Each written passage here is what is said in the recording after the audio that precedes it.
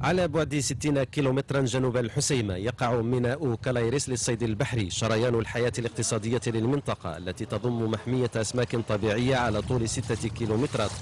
مشروع قاد تعاونية البحارة الصيادين بكلايريس التي رأت النور عام 96 900 وألف إلى إقامة مشروع لتربية بلح البحر قبل 4 سنوات، مشروعان أنجز بكلفة 60 مليون سنتيم في إطار التعاون المغربي الياباني. درنا واحد المحمية، واحد الريزيرف طوله 6 كيلومتر من كرايريس الى الطريس، ودينا فيه الريسيف ارتيفيسيال، دينا فيه حواجز لمنع البواخر الجر باش ما يقربوش لاكوت، وبعد ذلك باش يتكاثر الحوت في المنطقه، وهو اللي جرنا باش نديروا هذا المشروع. هذا مرتبط مع هذا المشروع.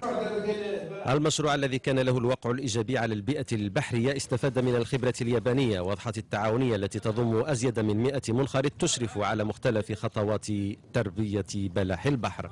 بالنسبة للتربية ديال بلح البحر يعني كنراهنوا عليه الإنجاح ديالو.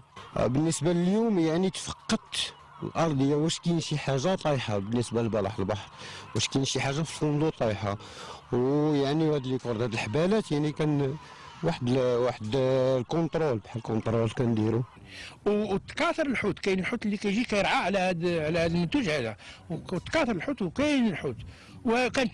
كنتمنى من قلبي، انا في عمري 70 عام دابا، ما بقى لي ما نزيد. كنتمنى هذا الجيل اللي ماجي يزيد في هذا المنتوج هذا. منتوج ورغم تكاثره بشكل كبير لازال لم يلج بعد بوابة التسويق، فالتعاونية ورغم توفرها على محطة للتخزين والتبريد والمعالجة لا تزال بحاجة إلى محطة للتصفية تؤهل المنطقة للتصنيف الدولي المطلوب. فقدت تموقعها في المركز الأول من ناحية حفظ الصحة، بل أصبحت يعني كلاسي زون بي، واللي يصبح الان مطروح باش ممكن اننا نسوقوا هذا بلح البحر لابد انه يمر واحد المحطه ديال التصفيه، اون ستاسيون دو بيريفيكاسيون.